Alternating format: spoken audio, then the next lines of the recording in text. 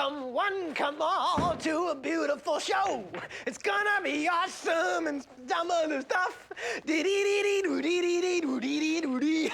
Some other musical stuff.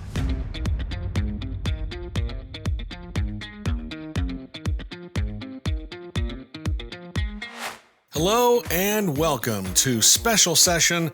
I'm Brian Schott, Managing Editor of Utah Political Watch. This week on the show, week number 3 at the Utah Legislature, Senate Republicans really don't like people yelling at them, so they reverse course on the union-busting bill. The legislature wants to double the funding for Utah's private school voucher program again. Should the rich pay more in taxes? Well, one Democratic senator thinks so. There are a couple of bills on the Hill that would rig the courts in favor of lawmakers. I'll tell you about those. And my guest this week is Kathy Biele of the Utah League of Women Voters. She also writes the great Hits and Misses column in City Weekly. She's here to discuss some election-related bills that are making their way through the legislature. Hint, she's not really happy about them. If you want to stay on top of what's happening on Utah's Capitol Hill, take a minute and sign up for my newsletter for free at utahpoliticalwatch.news. And if you'd like to support my work covering Utah politics, you can also become a paying subscriber for as little as $5 a month. All right, got that pitch out of the way. Let's get to this week's news. Well, last week it looked like the Republican-controlled legislature was backing down in the fight that they picked with Utah's labor unions. But then negotiations over a compromise bill fell apart, and they rammed through the original version of HB 267, which takes away the collective bargaining rights for public union employees. That means teachers, police officers, and firefighters. The bill does a number of things, but that's the main thrust. And they did it despite massive opposition from union members. Last week, they thought that they had an agreement with union members, and that's why they introduced a fourth substitute version that kept the collective bargaining rights in place. Instead, they were going to require public labor unions to hold a vote every few years to determine whether or not their members wanted them to continue negotiating on their behalf. And that was the sticking point in that bill. I spoke with Jeff Worthington, who is the president of the Utah AFL-CIO, right after the Senate voted to pass the bill and send it to the governor's desk. And this is what he told me about that. I'm going to tell you exactly what it was, Brian. The reason that the compromise fell through was because of one issue, and that is the voting procedure that this bill required unions on their recertification. If you got a union that's got 2,000 members in it, the recertification process required that all 2,000 members in that unit had to cast a vote on the recertification. If they did not vote, it would count as a no vote, and they had to reach a 50 plus 1%, and that's very hard to do with our unions that are spread out across the state. And so all we asked for was, instead of having that 100% participation from a union unit, that we just go by the democratic way of voting, and you go with the 50 plus 1% of all the people that cast a vote. And they would not agree to that, even though that is how they got elected. During the floor debate on final passage, it was clear that the Republicans in the Senate were irked by the fact that union members continued to yell at them, even though they were in negotiations over this bill. They had hoped that the unions were going to remain neutral, at least, either support or remain neutral to this compromised version that they were dealing with. But that didn't happen. Listen to Senator Calvin Musselman, and he's clearly upset that he had the public yelling at him for a decision he was going to make. I trust in this process, and I trusted in this process that what was communicated to me was clear as to what was coming. And it turns out that's exactly what was communicated was accurate. That's what landed in the sub. And I was also communicated to me that there would be a neutral positions based on the negotiations, and it appears that neutral positions was held. But I think we're unclear what neutral means, because the stem of emails and texts never stopped. That's not neutral. And we have to be able to negotiate in good faith up here and be able to have words that actually have meaning instead of empty. And when neutral is completely empty, there's a big problem. And maybe the way to solve that is what's before us now.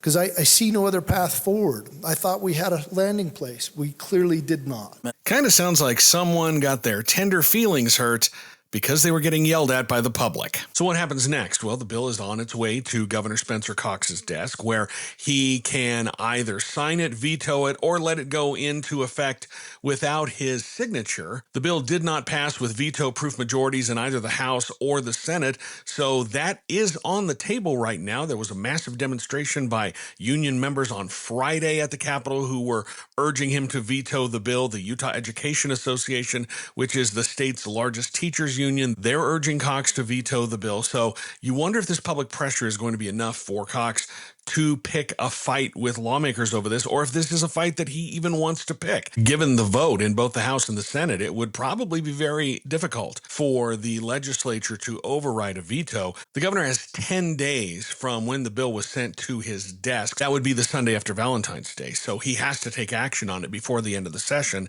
We could see a veto showdown up at the Capitol if the governor listens to the union members who are opposed to this and decides to use his veto stamp. Speaking of Utah's private school voucher program, Republican lawmakers want to double how much money is going into it again. The Utah Fits All Scholarship, which gives parents who no longer want to participate in public school $8,000 of taxpayer money to use for private school tuition or for homeschooling expenses with very little oversight over where that money is going. There was a great story in the Salt Lake Tribune this week that some parents, some families who had taken this scholarship money were back in public school. So are they going to take the money back? Do they have to pay the money back? Who knows? But so there's very little oversight over what happens with this money. So anyway, the first year that they passed it, they funded it to the tune of $42.5 million. Last year, they nearly doubled that to $82 million. Even though the program had not gone into effect yet, they cited overwhelming response and support, but no one had received it yet. That was a little bit of legislative jujitsu to get more money for it. Well, here we go again. Now Senate Majority Leader Kirk Cullimore wants another $80 million. So that would take it up to $162 million. You double it, and then you double it again. And if this appropriation is approved, you would now have the program being 4 times as large as it was when they first proposed it. Cullimore says that they funded 10,000 kids last year. There's 27,000 kids who applied, and so they want to be able to expand this. But $80 million is a really, really big ask because, remember, that money comes out of funding that could go to Utah's public schools. So if they add another $80 million to it, that's $162 million of ongoing money every year that could go to public education. On top of that, lawmakers want to cut taxes. They've set aside another $160 million to drop income tax rates, or whatever they're going to do for it, but they're most likely going to drop the income tax rate by 0.1%, which just so happens to cost $162 million. So it's not hard to do that math. So that's $320 million every single year that could be going into public education, higher education, and some social services.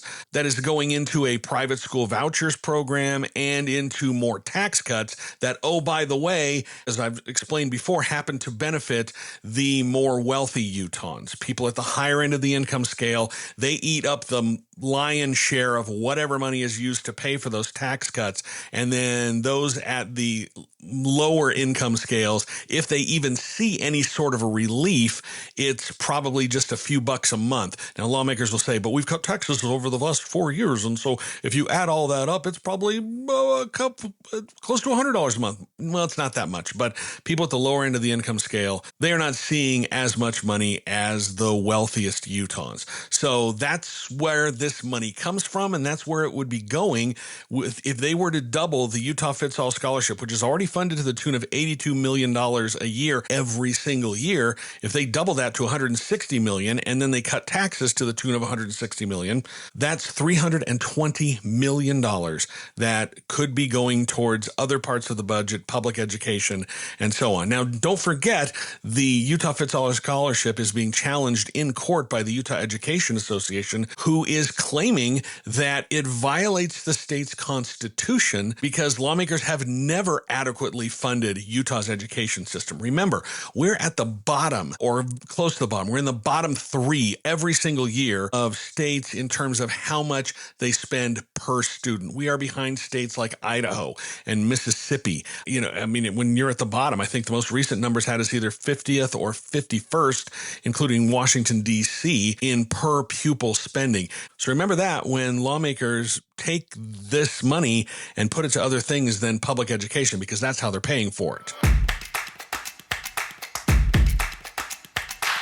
This idea is not going to go anywhere, but it is interesting. Democratic Senator Nate Bluen from Salt Lake City has proposed SB 244 that would raise taxes on the wealthiest Utahns. Instead of paying the current rate, which is 4.55%, the bill would raise taxes on wealthier Utahns to 5.55%.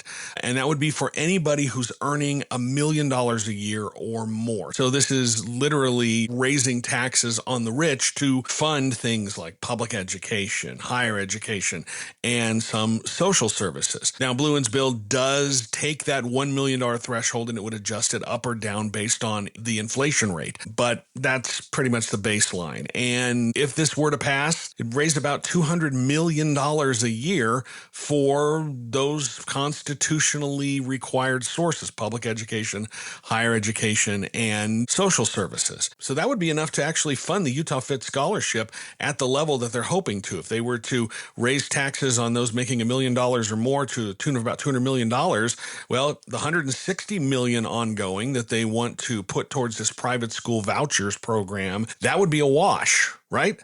Well, anyway, this bill's not going to go anywhere. I would be surprised if it even made it out of the Rules Committee and got to a committee hearing. But if it gets to a committee hearing, it is DOA. There's no way that the Republicans in the legislature are going to support this. They've been on a tax-cutting spree in recent years, slashing taxes by nearly $1 billion over the last 4 years. They're going to do it again this year. So do not expect them to suddenly reverse course and take this bill up and give it any sort of serious consideration. Legislative Republicans are pretty much mad at everybody. They're mad at the teachers union. That's why they passed the union busting bill. They're also mad at the judiciary in the state because they keep getting ruled against in these lawsuits. And we already know about the gerrymandering lawsuit, and then there are the lawsuits by the teachers union challenging the Utah Fits All Scholarship, which is really just a private school vouchers program. They're also extremely mad that a judge blocked a near total ban on abortion that was the trigger law that Utah had in place just in case Roe v. Wade was overturned by the courts. That happened, and so this trigger law went into effect, and a judge ruled that it goes against Utah's constitution. Last August, the Utah Supreme Court blocked the state's trigger ban from going into effect. It didn't overturn the law, but they blocked it from being implemented while the lawsuit from Planned Parenthood plays out in the lower courts, and that upset the legislature. So there are a couple of bills out there that would impact not only this case, but future cases, and both of them come from Senator Brady Brammer. Let's talk about SB 204 first. What that bill says, if a court rules a law passed by the legislature is unconstitutional, then the plaintiffs would have to prove, quote, by clear and convincing evidence that the law is unconstitutional. And if they can't do that, then the law remains in effect while the court cases play out. So that's a really high bar for the plaintiffs in any case challenging a state law to keep it from going into effect. It weights the scales in favor of the state. Then he has SB 203, which would impact these kinds of lawsuits going forward. That bill would limit who has the right to sue in Utah's courts. Organizations can sue on behalf of their members, but they can't sue unless that organization itself has also been harmed by the law. And associations and outside parties cannot sue on behalf of someone. Hypothetically, Utah Planned Parenthood could not sue on behalf of someone else. That person would have to bring the lawsuit themselves. So that really limits who will be able to sue in Utah's courts. It does carve out a big exemption for the legislature, where if they feel that they have a compelling interest, they can go ahead and file a suit. But it makes it harder for you, me, outside organizations other than the Republican-controlled legislature or the Republican Attorney General of the state to file suit in Utah's courts.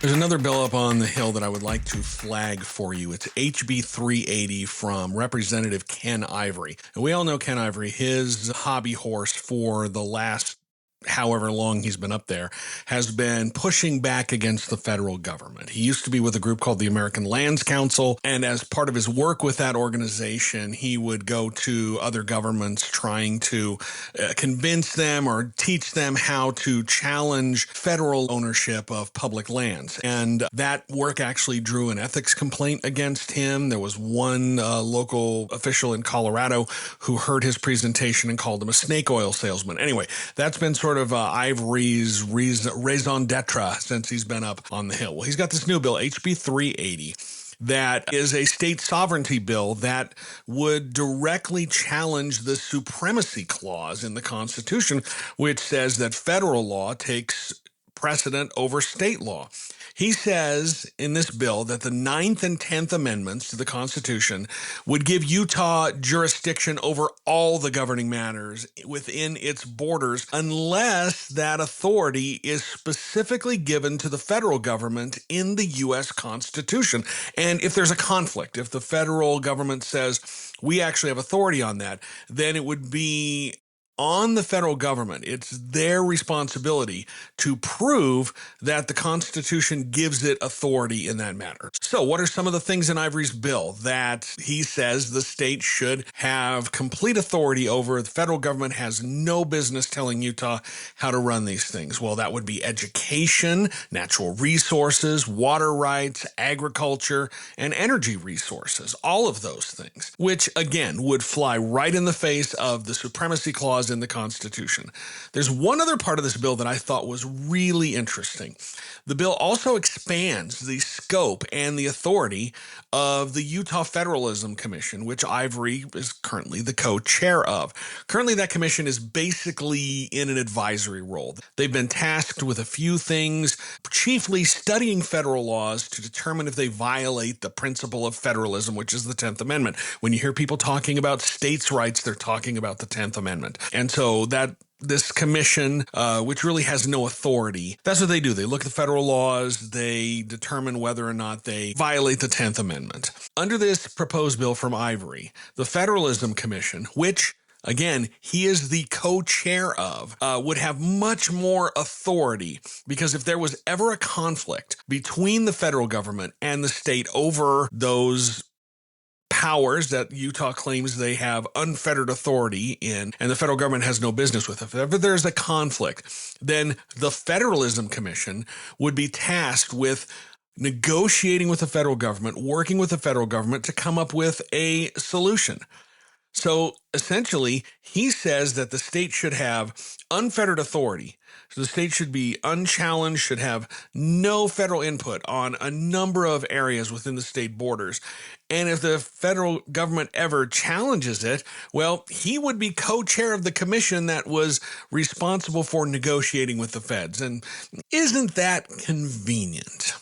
This bill is just the latest in a push by the legislature to do away with federal authority in the state. Last year, you'll remember SB 57 from Senator Scott Sandel, that created a process where the legislature could just flat out ignore federal laws and regulations if they deem them to be unconstitutional. Earlier this year, last month, the U.S. Supreme Court turned away the state's lawsuit seeking control of about 18.5 million acres of federal land in the state. Lawyers for the state argued at the time that it's unconstitutional for the federal government to retain ownership of that land without specifying what it should be used for. So Ken Ivory, he essentially wants to do away with the supremacy clause, while at the same time giving a body that he just happens to be the co-chairman of a greater authority to help regulate those things. So I just wanted to flag that for you because it's just one of those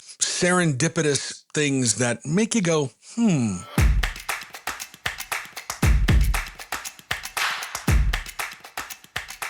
And joining me today on the program is Kathy Biele. She is with the Utah League of Women Voters and also writes the excellent Hits and Misses column in City Weekly. Kathy, thank you so much for taking a few minutes out of your day. Yeah. Let's talk a little bit about what you're seeing up at the legislature. There's so much going on. And I know that you have been talking and testifying and talking to lawmakers about a lot of the election-related bills. What are some of the things that you're seeing? Just give me sort of an overall scope for people who aren't paying as much attention as you and I are. Well, certainly. We have a legislative action corps up there every day, monitoring all of the committees that we have positions for. Obviously, elections are number one. We are extremely concerned about HB 300 and HB 330. Those are the two most recent ones to have come out of House Government Ops. I have been trying mightily to contact all of the places that Representative Burton has mentioned that show polls, that show people, citizens, want more security in their voting.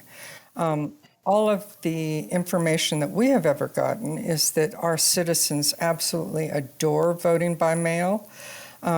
I was, I guess, a little nonplussed by Representative Perucci being rather patronizing to us, saying that, oh, you will still have vote by mail.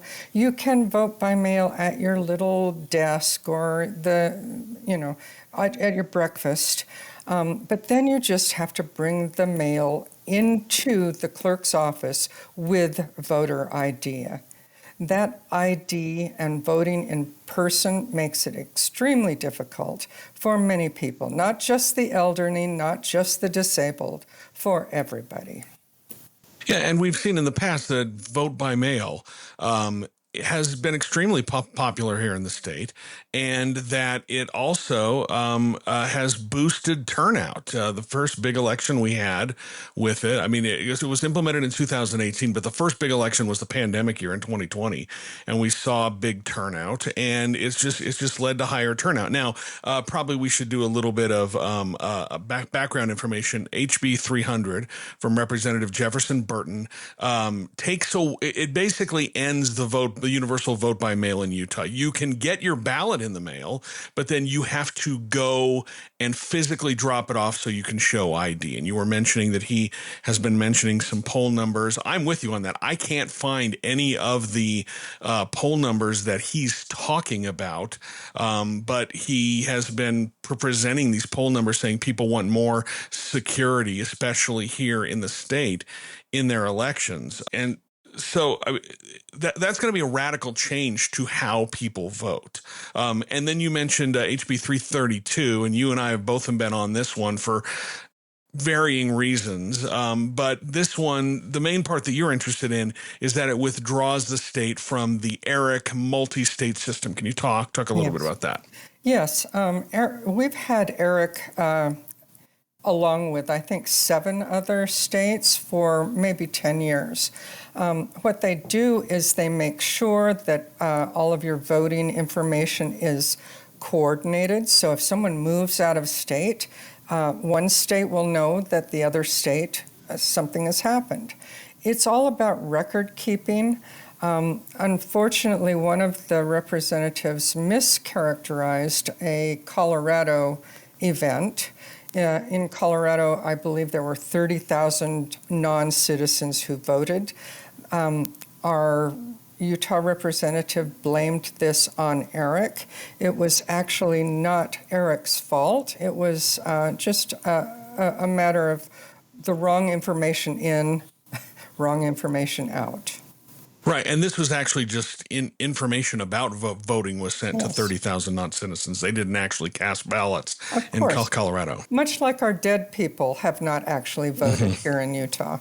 Yeah, and that's what they're hanging a lot of this on, is there was a legislative audit about election security or the election processes, and they found that 2 people in Salt Lake City who are deceased may have cast ballots in the 2023 municipal election that's currently under investigation. But they also found that people who voted in person, they couldn't reconcile those numbers with the actual voter roll. So, I mean, there's always room for improvement, but it seems like they're using these audit results to really go after something that people see as a convenience. And, you know, a lot of this, we can trace it right back to Donald Trump's false claims of a stolen election in 2020. And those have persisted and sort of metastasized into what we're seeing now. Yes. So we heard several of the representatives talk about their choice. They were choosing integrity over convenience. This is really not a matter of integrity. We have a very firm and good system of voting here. And it's really not that much of a convenience either. It's just easier. It makes voting more. We have a very safe and important mail system. So, and you don't have to drop it in the mail. Let's say if you don't trust the USPS, just take it to a ballot box. Right, and that's another thing they've been talking about, because there were a number of voters in Iron County who got bit during the primary election last year because they waited until the last minute to vote, to drop their ballots in the mailbox, and because of some changes made by the U.S. Postal Service, those ballots went to Las Vegas and didn't get the proper postage stamp, so they weren't counted, and there was a lot of hand wringing about that. But what this is going to do, I mean, it's also going to be a problem for rural areas, because now people are going to have to go to a ballot box that has to be staffed. There has to be someone there to check your ID for you to drop it off, or you're going to have to go on election day or go to an actual voting center. So this is going to be an extra burden on people who live in the rural parts of the state. Absolutely. So because Representative Burton referenced all those polls, I have been trying to get more information about them, and I've been talking to the Sutherland Institute. The Sutherland Institute actually has some excellent documents and research, and it all supports mailed ballots the way that we have them now. In fact, Derek Monson said in one of these major research papers that they did, that getting rid of voting by mail as we have it would be like a Pyrrhic victory, that we burn down the system in order to make progress. And that is exactly what they're doing. I think that's a very good point. I was in a hearing with you when they were talking about, I was covering a hearing up on the Hill when they were talking about one of Lincoln Fillmore's bills. This first one would be requiring people who run Citizens Initiative to determine the fiscal impact and then determine how they're going to fund it, either through a tax increase or by cutting some program, and they have to specify which program it was. And you said something that I thought was really interesting, and I think it goes to this effort to try to get information from the lawmakers. You said to them, "We're here. We want to talk to you about these things." And that really struck me, because it seems like they're only talking to people who give them positive feedback, and they really don't want to hear from detractors. Am I characterizing that correctly? Yes, you are. And I believe it was Senator McKay, who said that all of his constituents dislike the initiative process. Really? And Okay. yeah, exactly. I know several of his constituents, and they actually love the initiative process. What he's talking about, I think, is that the initiative probably did not pass in his district. Yeah. But the initiative did pass. And just because you don't like one initiative doesn't mean you don't like all the process. The process is very good. It is in the Constitution of Utah saying that the people have co-equal power to create laws, particularly when the legislature does not listen to us. That was an argument that we heard back in following the 2018 when the three citizens initiatives passed. There was the medical cannabis, the Medicaid expansion, and the gerrymandering one. And one of the things we kept hearing from lawmakers as they were making drastic changes to those initiatives is it didn't pass in my area, and so I'm just doing what my constituents want. Donald Trump didn't win Salt Lake County, so does that mean that he didn't win the state, or he's not the president of Salt Lake County? That's not how it works. But that is such a juvenile and simplistic argument. But it's one of the ones that they use a lot in order to justify these sorts of things. That they pick and choose whichever data they want to look at to support the position that we know that they're going to take. Yeah, I think this is really unfortunate, and I think what's happened this session is that the legislators are so mad at us for suing them, and I'm sorry that we had to go that far, but yes, we did. As I said earlier, and as you heard, we are willing to talk to them, but they need to talk to us, not just me. They need to talk to all of their constituents. They need to listen to both sides. This is not just a red state. We are Utah. Are you able to get meetings with lawmakers? Have you met with Speaker Schultz or President Adams at all during this session? No, I have not. It's difficult while we're in the middle of a lawsuit too. I mean, have you asked to talk to them? I haven't asked Schultz. No, I haven't. Okay. I mean, because I look at people, I look at some of these right-wing organizations that are very small but have a lot of influence, and they're able to get meetings with anybody they want. I see that you look at Utah Parents United; they're constantly meeting with legislative leadership and groups like that, and that's got to be infuriating for you because you also have some things that you want to present to lawmakers, but you can't get in their office or even get the time of day from them. Well, we did go to Washington, D.C. last year, and we tried to talk to all of our congressional delegation. The only in-person meeting we actually got with a representative was with John Curtis, and that was when he was in the House. Everyone else, they did allow us to come in and talk to their chiefs of staff, so that is something. Right now, as I said, it's just a difficult time with us in the middle of a lawsuit to be talking to them. Our attorneys are worried. I'm sure their attorneys are worried. They know what we think. and perhaps that was an unfair question, but I appreciate your perspective. I think as someone who covers politics in the state, I think the number one thing I keep hearing from people are questions about the gerrymandering lawsuit. And there was a big hearing. Was it two Fridays ago? Yeah, it was two weeks ago. And the judge has taken it under advisement. Do you have any sense on when we might hear some news out of that? Well, this is Judge Diana Johnson, and she asked excellent questions. I think it was Gibson. Gibson, I'm sorry. Yeah. Misspoke. It's okay. And she asked very good questions of both sides. She is well aware that this is a time-sensitive issue, and she said she would like to get it out soon. So I thought, we should run some sort of a poll or, get people betting on this. I said, she should have it out within a week, and somebody else said, oh, it'll be 6 months. So I have no idea.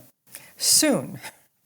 Yeah, well, as I've been learning, the justice the justice process moves very slow and at a pace of its own choosing. Exactly. Are there any other bills besides these election-related ones that you're concerned about or you're keeping an eye on? I know that there are bills about changing the way that voter data is kept.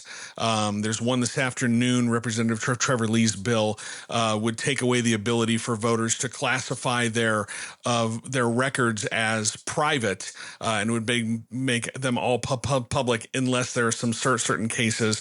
Are there any other bills that you're paying attention to? Well, of course, we have positions on gun safety. We have positions on public lands. Public lands are a big issue for us. I'm a little surprised at all of these sovereignty bills that are coming through. We're Utah. We're not a nation, but this is a new world we live in. So yeah, it's only going to accelerate because the Donald Trump's in the White House. I will say, too, that we're trying to figure out what is in this new grandma bill, the one that talks about the State Records Committee. It really, it also, is that the bill by Harper? Is that the Harper bill? Yes.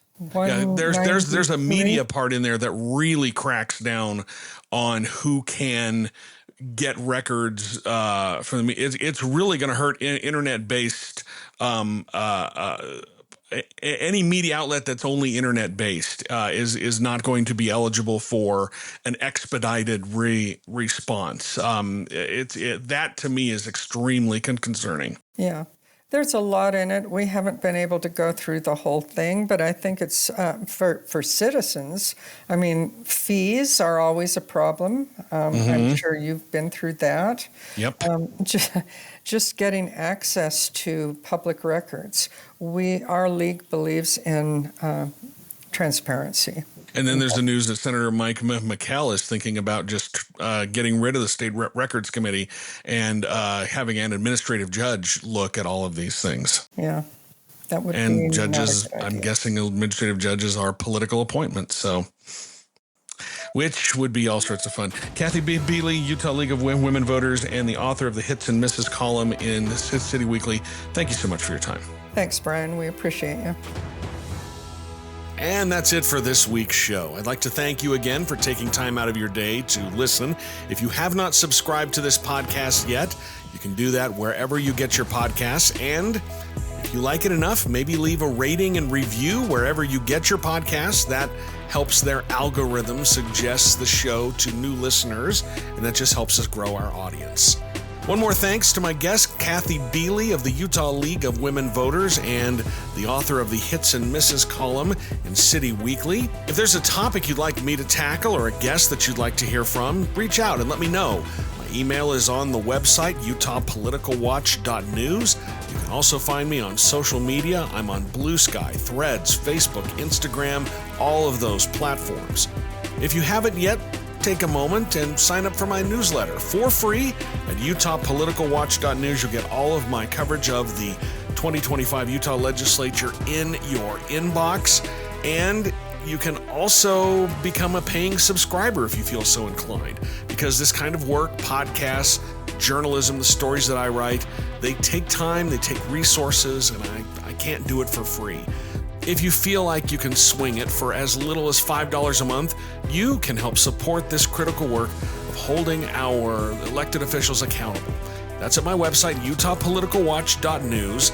I'd appreciate it if you could take that extra step. I completely understand that not everybody can afford a paid subscription right now, but if you can, well, I would be thankful, and other readers would be as well, because it just helps support what I see as really, really important work right now. Special Session with Brian Schott is written and produced by me, Brian Schott. Thank you so much for listening. We will talk to you again next week.